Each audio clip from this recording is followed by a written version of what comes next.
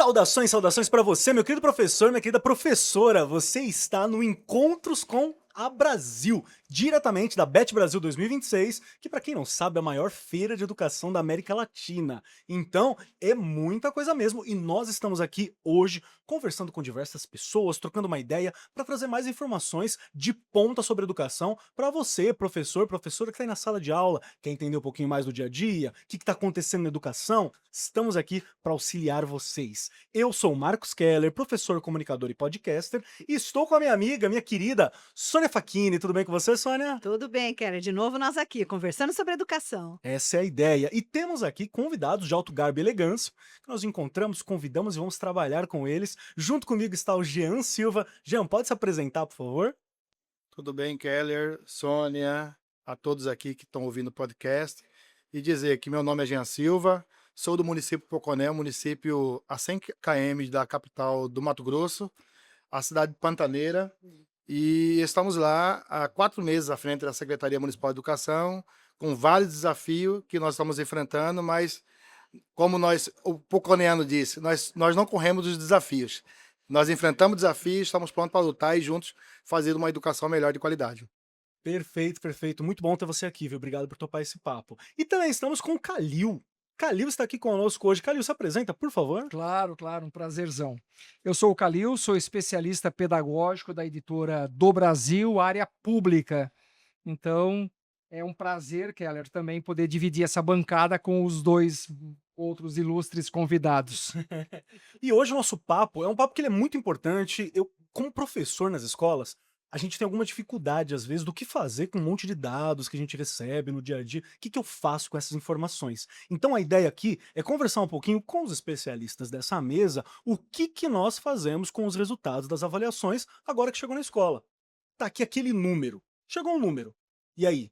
Para onde que eu vou com esse número? O que eu faço com esse número? O que esse número significa? Às vezes nós ficamos meio perdidos com essas informações. Então, para começar esse papo, nós temos no Brasil uma cultura de avaliação em larga escala. Né? Quem está na escola pública sempre tem uma avaliação de larga escala aparecendo ali para fazer, tem alguma coisinha para você entender, para você discutir. Faz parte, acho, do nosso dia a dia já.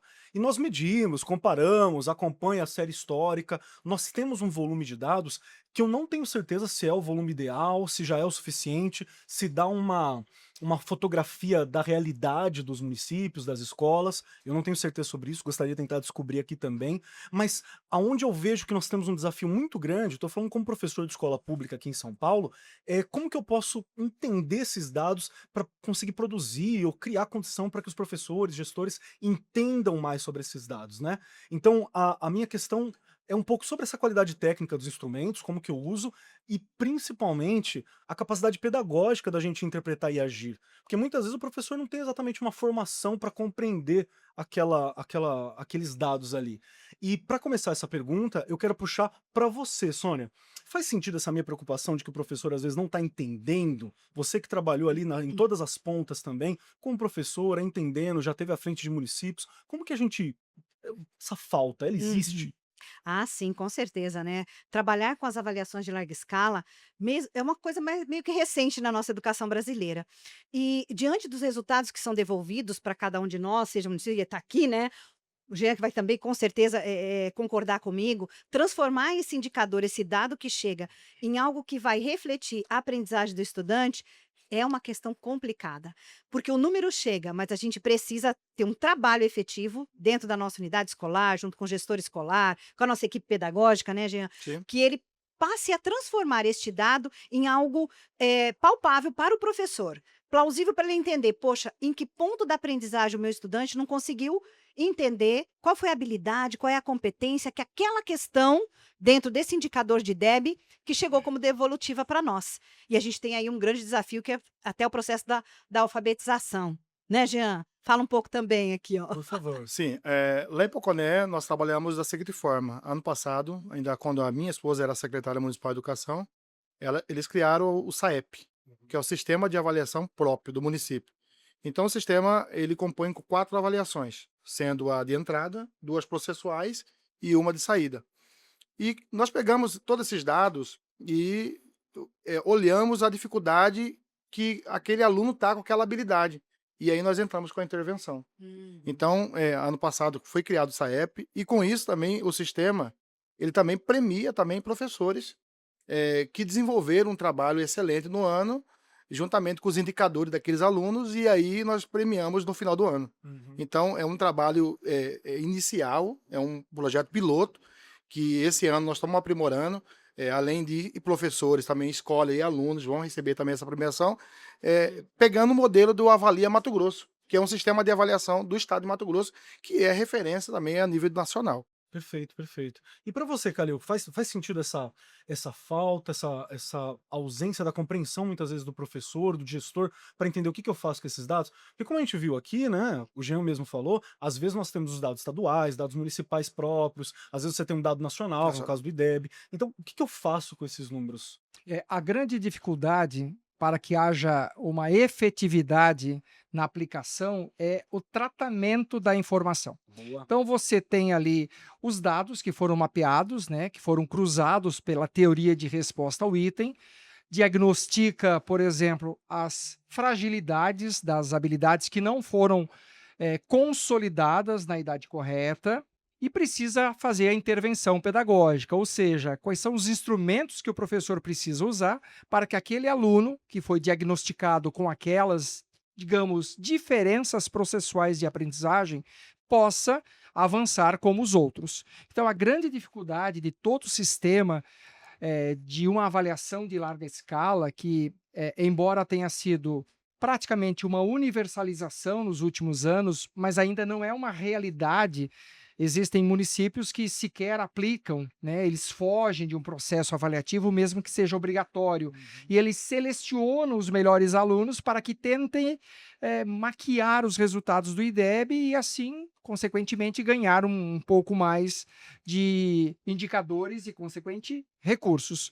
Mas a estratégia, a questão do fazer o que com essas informações é que é o grande gargalo, o X do problema.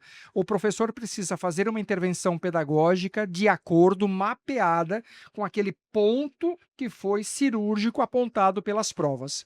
Muito me deixa feliz, professor Jean, quando o próprio município constrói os seus instrumentos avaliativos, né? Pautados numa matriz conceitual, né, de referência do SAEB, que é uma Sim. matriz totalmente diferente da BNCC, porque são habilidades e são considerações diferenciadas. Quando o Estado também promove esse tipo de avaliação, e, é claro, sempre trabalhando com uma visão maior, ampla, que é o próprio SAEB, né? Então, nós temos alguns estados que já têm os seus próprios instrumentos avaliativos estaduais e que, claro, nomeiam de acordo com seu interesse, mas municípios que praticam esse tipo de avaliação em larga escala são poucos. E daí eu fico muito feliz em saber que o município de Poconé já tem esse instrumento avaliativo, acredito que construído com muito zelo, com muito Muito zelo. cuidado, né? Com muita base estatística. A minha grande preocupação, e eu posso tomar a liberdade de fazer a pergunta para ele, como limítrofe da Bolívia, né, do país Bolívia, vocês devem receber muitos bolivianos, né? Existe um momento de readaptação de uma criança que fala o espanhol, porque isso implica diretamente no resultado, porque a prova precisa ser na língua portuguesa. Como é que você trabalha um aluno que é boliviano, que teve toda uma cultura na língua espanhola ou na língua crioula, chega em Poconé para fazer um exame como esse? Hoje nós recebemos poucos residentes da Bolívia em Poconé. Muito pouco mesmo. Uhum. É assim, o município que mais recebe é o município de Cáceres, que é o vizinho nosso. Olha aí. Então, Poconé não tem essa dificuldade, né? Mas, assim, tendo essa dificuldade, nós vamos ter que ver uma estratégia necessária para que recebam também esses moradores da Bolívia, né? Mas hoje não. Hoje nós não temos essa preocupação. Hoje está um pouco mais fácil, então. Acho que é bacana retomar, né, o que o Keller puxou no início da pergunta, da questão para você, né, Jean, porque deixa de ser só uma avaliação somativa, porque as avaliações de larga escala são somativas, no final do ano é o que você espera que o aluno entenda e já tenha como apropriação de conhecimento no final do ano. E quando você faz esse tipo de avaliação de maneira constante, você vai conseguir atingir melhor, né, o que realmente o seu estudante precisa, no que ele precisa ser trabalhado. E até o próprio professor consegue compreender o que ele precisa retomar, o que ele precisa reforçar, né, recompor. Então, que bacana, muito bacana o que você faz lá no município e que devolutiva é essa você dá junto com seus professores. E assim, eu fico feliz também que esse sistema foi construído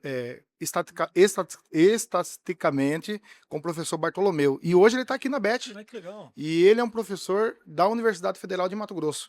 Então ele juntamente construiu, juntamente conosco, com a nossa equipe, foi um bem elaborado, não foi assim, achismo, não, foi pensado, com evidência. Né? E aí nós criamos esse sistema de avaliação. E eu fico muito feliz que hoje eu participei da palestra da professora Sônia falando sobre a questão de evidência, e eu estou indo para os Estados Unidos agora, em julho, participar de um programa em Harvard de trabalhar com educação com evidência. O professor Rafael Korma, e entender mais esse trabalho, porque a saúde trabalha muito com evidência, Sim. mas a educação hoje ainda engatinha a evidência. E nós precisamos mais aprimorar o trabalhar com evidência. Essa é uma dificuldade que eu sinto muito assim na presença dos professores quando você pensa a própria escola, porque o que acontece é que quando os dados chegam de maneira bruta para a gente, para os professores, para os gestores, para as escolas, muitas vezes corre o risco de acontecer uma simplificação. Sabe, vou usar como um ranking. Então essa escola está em Exatamente. primeiro, essa escola está em Isso. segundo, e a minha está em último, e agora? E isso ignora completamente a historicidade daquela escola, né? Como que foi a métrica histórica, talvez, que ela tenha Isso desenvolvido. mesmo. Isso acaba sendo uma leitura que eu acho que não tem a responsabilidade essencial. E eu tenho uma preocupação muito grande disso perder de vista também o contexto social, o território, né, a trajetória dos estudantes. Então é um ponto que eu vejo que às vezes me incomoda muito, né? E aí eu quero aqui uma solução mágica. Hoje nós quatro vamos resolver esse problema aqui. Brincadeira, gente, eu sei que não tem receita, né? Não tem como a gente talvez ter algo que funciona 100%. Mas se eu pudesse dar uma dica pro gestor, uma dica pro professor, para onde que ele tem que olhar? Para onde que o gestor, como que eu tenho que interpretar aquela numeração? Né? Como que eu tenho que entender o que que eu faço com esses dados que estão na minha mão agora? E aí, Calil, vou jogar essa para você. Como articulador da Editora do Brasil, eu posso dizer que nós temos diversas soluções que colaboram, sim, com o gestor municipal de educação em solucionar algumas dessas dificuldades, tá?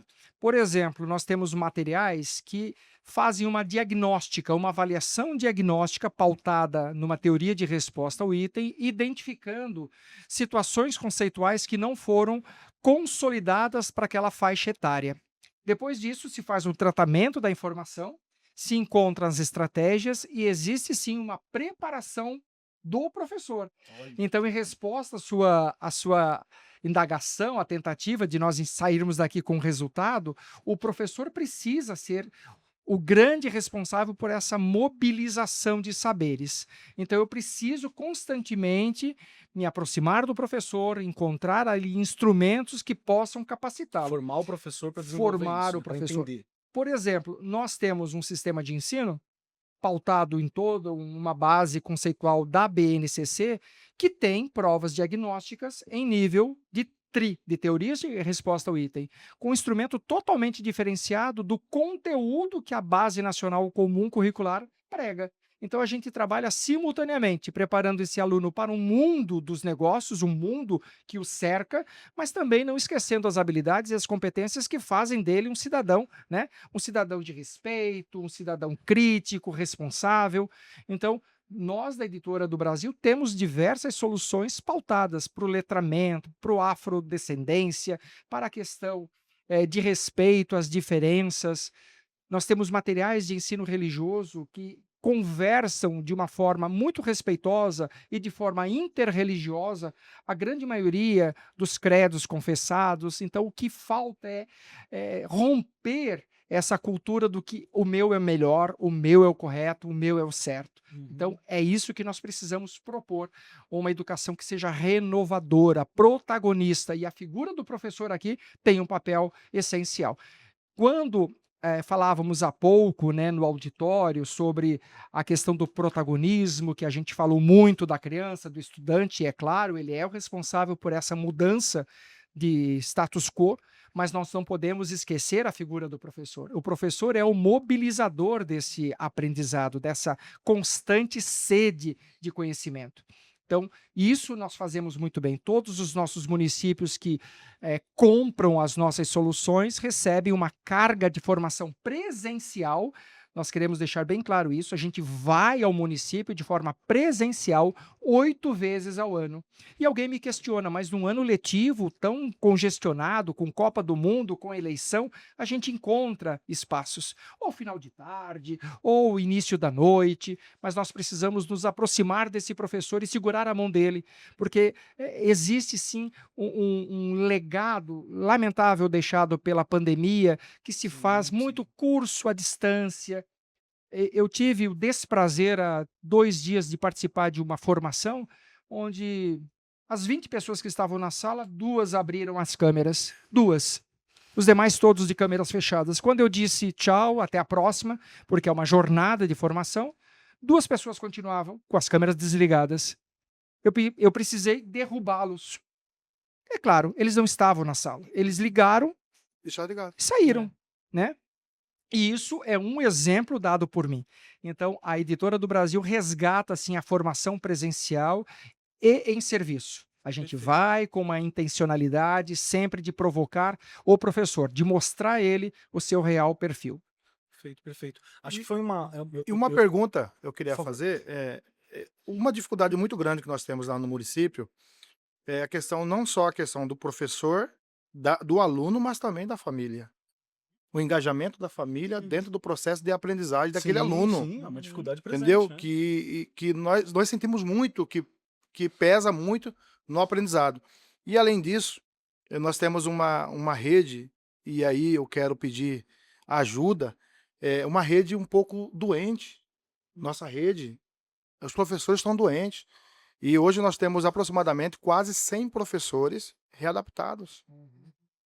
De um total de 350 professores, nós temos quase Nossa, 100 readaptados. E aí, o município tem de fazer uma contratação para substituir aquele profissional, mas aí aquele profissional é o culpado? Não. A gente tem que entender o que passou na vida daquele professor, o que ele enfrentou para chegar naquela situação.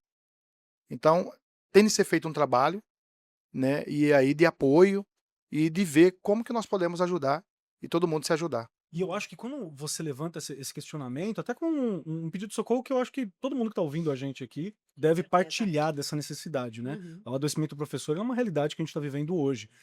A questão é que, justamente, quando nós temos essas provas de larga escala, existem dados ali que são meio que metadados. Por exemplo, nós temos nível de proficiência, você tem por segmentação por sexo, cor, raça, por localização. Então, dá para conhecer um pouco mais da realidade das famílias também nesse levantamento. São dados muito ricos, muito ricos. Eu já ouvi de colegas professores, novamente, perdão por ser uma colocação um pouco anedótica, né, uma experiência particular minha, que falou assim: ah, beleza, saiu o resultado, ok, estamos nessa posição.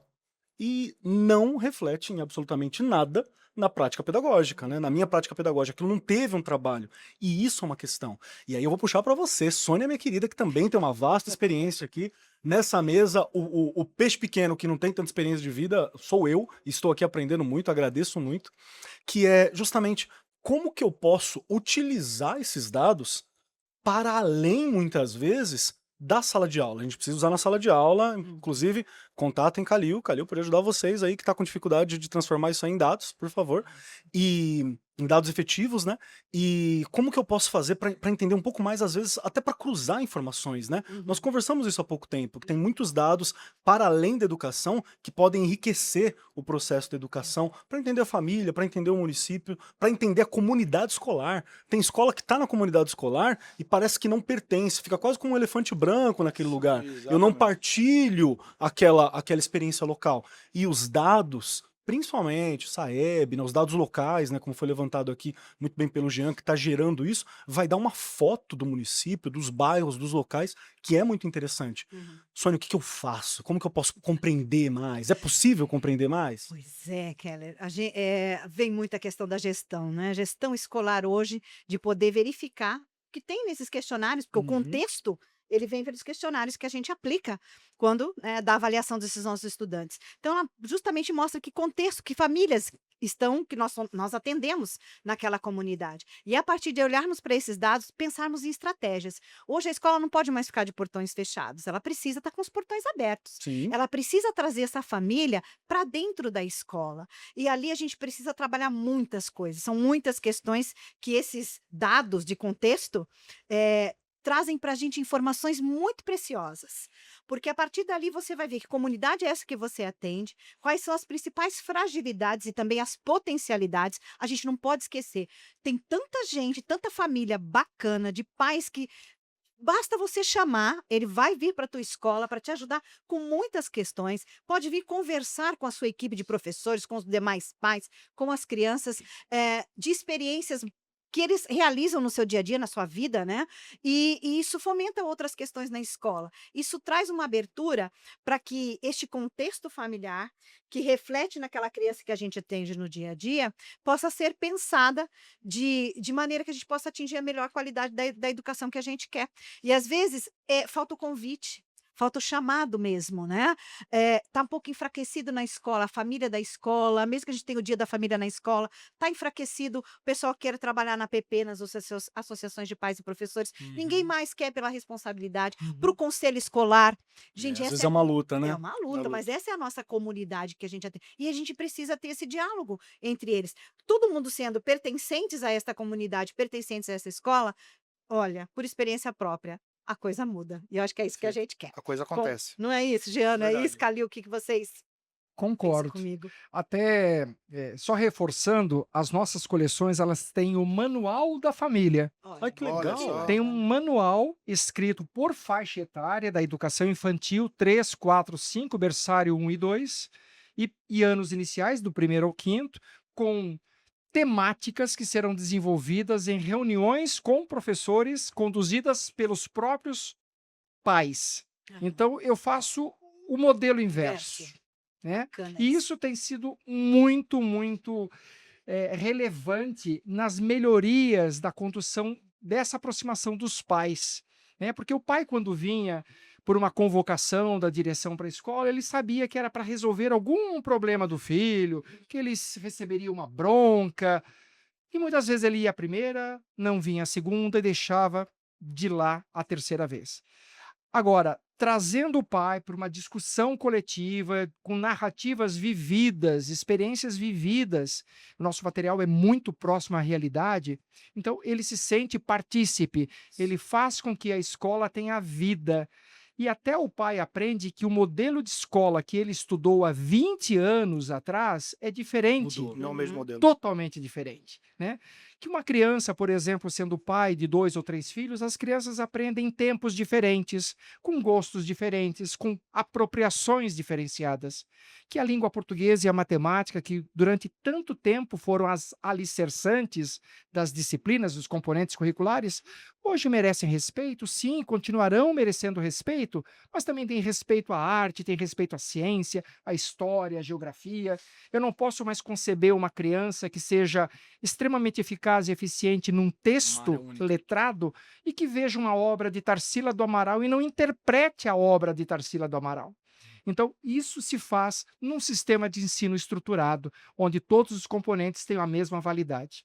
Perfeito, perfeito. Gostei muito desse tipo de discussão. É algo que eu acho que é muito legal e que tá dentro do coração daquilo que nós estamos levantando aqui, né? Porque a ideia, novamente, é que os dados não sejam letra morta. A ideia é que os dados eles sejam, como foi muito bem levantado pelo Jean, eles sejam uma evidência para ser trabalhada, né? Como foi conversado na palestra feita hoje cedo, viu, gente? Você que não veio para a BET, perdeu palestras incríveis. Intuição, evidência. Não é? Intuição é evidência, olha só. Só quem esteve sabe. Sim, Uma sociedade foi muito secreta bom. de pessoas que pertenceram a esse momento. Então, é um dado que é relevante. E aí eu quero fazer uma brincadeira, uma experiência aqui nessa mesa, rapidamente. Que é o seguinte. O que vocês acham que deveria ser, acreditam na evidência, intuição e evidência, acreditam que seria a primeira pergunta ou alguma pergunta essencial que o professor, o gestor, deveria fazer assim que os dados chegaram? Chegou o grupo de dados. O que você gostaria, Jean, que fosse perguntado, assim, que o professor olhasse os dados levantados pelo município e falasse assim, olha, qual foi a primeira pergunta que eu posso fazer para esse número? Para esse número fazer sentido para mim, né? O que eu posso fazer com esses números? E aí eu gostaria da mesa inteira respondendo esse tipo de coisa. Então vamos lá, vou jogar essa pergunta primeiro pro Calil. Calil, chegou aos dados. Calil é o professor, é o gestor. Qual que é a primeira pergunta que você gostaria que fosse feita, que você acha que é importante fazer para esses dados brutos que estão ali na minha mão? Tá. Você me entrega uma planilha com os resultados já, Prontinho. todo o tratamento da informação. Isso? Aí pode ser, né? Vamos. Já começou a ficar complicado até para mim. Tá. Então, eu vou ver quais são as habilidades que as crianças não alcançaram, né? Porque normalmente eu tenho um mapeamento com algumas habilidades que a opção ela começa a crescer de acordo com a complexidade. Perfeito. Então, se eu identifico que um determinado componente curricular trabalhado no meu conteúdo não foi absorvido, é claro que a grande maioria dessas crianças vão apontar ali com algumas deficiências. Então, eu olho para aquilo. Achei uma fragilidade. Pronto. Em cima dessa fragilidade é uma corrente, um elo de outras informações necessárias. É um pré-requisito para que eu possa avançar em informações mais complexas. Então, eu não posso exigir que a criança avance sem que aquela coisa básica que foi ali semeada mal feita precise ser tratada. Então, eu preciso primeiro diagnosticar quais são os pontos mais nevrálgicos, aqueles pontos mais frágeis, que podem ser muito simples para mim, mas não para uma criança, porque talvez a forma de eu conceituar, de eu explicar, de eu exemplificar, não tenha alcançado a equalização de entendimento dele. Então, eu preciso resgatar isso. E muitas vezes, uma coisa que para mim poderia ser complexa, é tão facilmente absorvida pelas crianças que aquilo nem passa como sendo uma dificuldade para ele. Então, a diagnóstica feita pelo professor, identificando as habilidades que não foram construídas nesse instrumento avaliativo, para mim é o ponto primordial. É em cima dele que eu preciso construir quais são as minhas estratégias pedagógicas de resgate, que pode ser uma leitura de um outro texto, que pode ser uma explicação, um vídeo, uma música. Hoje nós temos um grande número gigantesco de oportunidades. O que eu não posso é acreditar que a forma primeira que eu ensinei dê conta pela segunda vez. Não vai dar Não vai conta. dar. Perfeito, vou ter que adaptar, né? Então eu tenho que fazer algumas adaptações necessárias, seja um fragmento de música, seja uma poesia, ou até trazer um colega, professor meu, ou um aluno, um monitor, para que possa fazer uma comunicação mais assertiva com aquela turma. Isso é muito prazeroso e ele se sente potencializado, ele se sente valorizado. A partir do momento que o monitoramento entre os alunos começa a dar certo, eles criam respeito mútuo entre si. Então eu apoio muito nisso, na diagnóstica que é feito das principais fragilidades. Perfeito, acho que é uma dica muito boa pro professor trabalhar. Para mim não fugir da pergunta que eu mesmo fiz, acho que uma coisa que eu gostaria muito que o professor olhasse para esses resultados é não como uma falha dele. Tem muitos professores que às vezes observam esse tipo de numeração e falam assim, olha só, uma falha minha. Não é uma falha, querido professor, é uma oportunidade para você rever alguma área que talvez a vida inteira você achou que estava sem problema nenhum. A vida inteira você achou que ensinava aquele conteúdo, aquela habilidade de uma maneira eficiente, e agora você descobriu que talvez funcionou até o ano passado. Mas essa nova geração talvez já não funciona com a mesma clareza. Então, para mim, uma boa pergunta que eu acho que o professor poderia fazer é justamente aqui, aonde eu tenho espaço para melhorar, para me adaptar, né? E, obviamente, me baseei na resposta dessa mesa aqui para desenvolver, né, essa oportunidade. Não, bacana você trazer o paradigma da oportunidade, que é bem isso. A gente precisa olhar para esses dados e ver como uma oportunidade. E daí que a gente tem que lembrar, né? Esse resultado chega para a gente, mas ele mede duas questões. A aprendizagem, que ele está vendo da questão do estudante, mas a gente tem a questão da retenção, né, dos estudantes. Veja, nós estamos falando de uma nota que chega de DEB, né, um número para nós, que representam duas questões. A aprendizagem do estudante, mas também mede aí o índice de retenção desses estudantes. E isso nos leva a uma outra análise, né, e uma outra preocupação, que é um momento que a escola precisa pensar como num todo. Qual é o processo e como é que eu vejo a questão da avaliação, da aprovação e da retenção dos estudantes? Então, olha, os documentos que a gente cria na nossa escola, com o projeto político-pedagógico, né, que vai ditar as informações e como é que eu vou trabalhar com toda a minha equipe de escola, com tudo aquilo que a gente quer para que ele tenha sucesso ao final de cada ano, vai ser refletido também quando eu vou olhar os dados que me chegam. E eu Sim. preciso conversar isso com os professores, porque infelizmente nós ainda somos, né? Ainda temos aquela ideia de reter muitos dos estudantes. Que que a gente entende por retenção, né? O que é, esse aluno que é reprovado ao final do que eu trabalhei com ele durante todo esse tempo, durante todo o ano, que outras oportunidades eu dei para ele como chances de aprendizado, e aí a gente volta, né, que é também o que o Calil colocou. Vamos olhar para esse dado e ver o que esses microdados me dão, onde é que esse aluno não aprendeu e que jeito eu vou ter que reformular. Será que é a minha maneira, a estratégia que eu preciso modificar? São arranjos produtivos que eu vou elaborar na minha sala? Porque às vezes eu agrupando as crianças de maneiras diferentes, isso vai? Como é que eu, enquanto escola, junto com os professores, vou pensar, por exemplo, num trabalho de recuperação ou de reaproveitamento, de reeducação, junto com eles, da aprendizagem? Muitas vezes a gente faz programas de contraturno, traz os estudantes num período da tarde, mas nós sabemos que a gente às vezes não atinge todos eles. Uhum. Então, de que jeito eu posso repensar por meio de documentos, porque daí no documento eu firmo, né? Firmar Perfeito. com todo Sim. mundo, penso com os outros professores, gente, vamos junto pensar, né? Nós temos coisas que vão depender muito do próprio professor, de como é que ele vai rever o que cada aluno, em que estágio esse aluno está, e que tipo de material eu tenho hoje que vai me apoiar, vai me ajudar. O que está me levando a ter um índice de retenção desses estudantes ao final, né, de cada ano. E uma coisa, né, o Calil colocou ali bem, o texto hoje é um olhar diferente, a própria arte, né, é um olhar diferente, a questão da matemática, o que esse estudante, às vezes ele não vai bem na matemática, mas ele se sai muito bem nas áreas de humanas, e de repente a retenção desse estudante na matemática, eu vou bloquear uma questão de aprendizagem desse Onde ele estudante. já está bem Então desenvolvido, vejam, né? todos esses dados que chegam até nós, é o que nós estamos falando desde manhã, juntos ali no momento, é como é que essas evidências que nós temos, elas vão transformar em oportunidades, que você falou a palavra perfeita, em oportunidade de melhoria de aprendizagem dos estudantes. Então, acho que a primeira coisa é isso, é analisar esses 2 pontos que chegam para nós por meio desses dados, dentro de uma avaliação somativa. Agora, que bacana quando você tem avaliações em processo, que aí de tempos em tempos você consegue ter uma análise um pouco melhor, e a gente não chegar num índice de retenção tão grande dos nossos estudantes, porque a gente ainda é muito punitivo. O Sim, professor ainda sim. tem ainda uma visão meio que punitiva desse É estudante, uma cultura, né, que a uma gente tem uma ainda. uma cultura que a gente precisa mudar. Então, Perfeito. acho que é um pouquinho para Marcos, também eu contribuir. fico muito feliz da questão da oportunidade, né? Ter oportunidade de desenvolver algo. Ver na onde que está errando aquela habilidade, né? As dificuldades e fazer as intervenções corretas, né?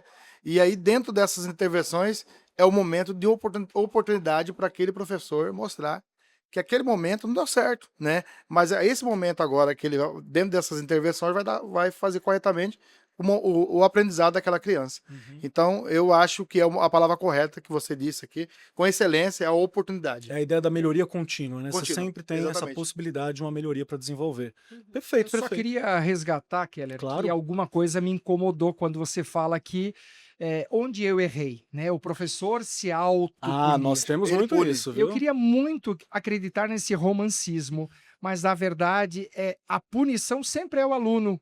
Quando o professor encontra, né, que a sua grande maioria dos alunos foram mal sucedidos, ele não se autoculpa, ele Direciona para o culpa o aluno. Entendi, aluno, entendi. né? Acontece mesmo. Então, assim, a gente está falando de um professor que tem um processo academicista muito atrasado, que lê muito pouco, que participa de poucos fóruns. Ele pode ser titulado, mas ele não está preparado para o dia a dia da sala de aula, né? E hoje se facilitou muito a conquista dessa titulação, lamentavelmente, né?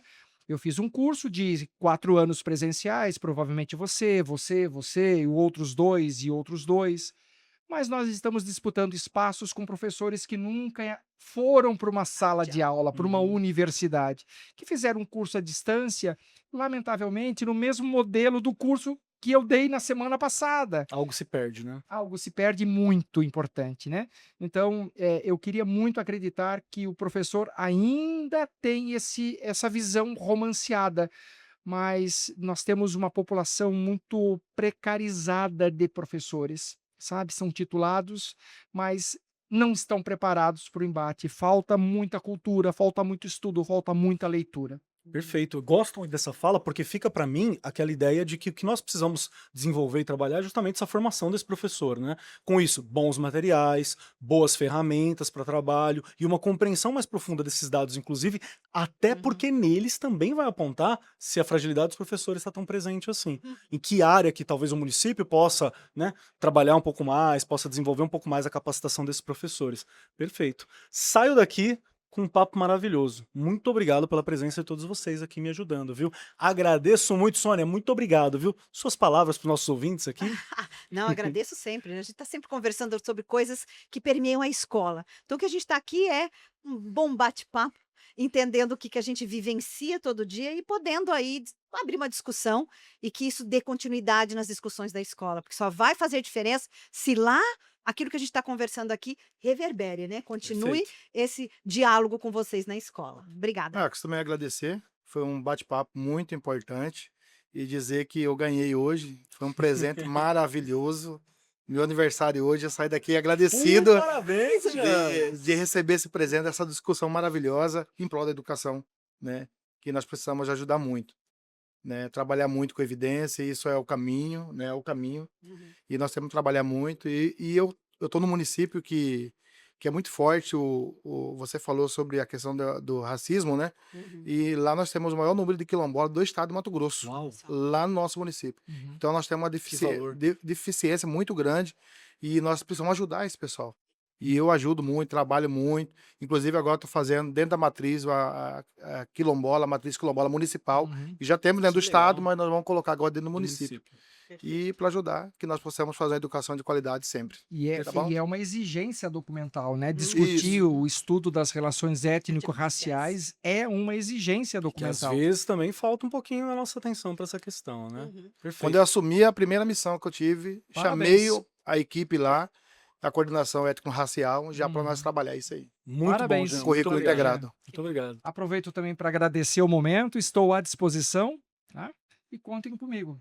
Obrigado, Perfeito, Keller. perfeito. Obrigado. Agradeço Abraço. muitíssimo a presença de todos vocês e isso aqui é para você, meu querido professor, minha querida professora, tá? Que tá nos acompanhando.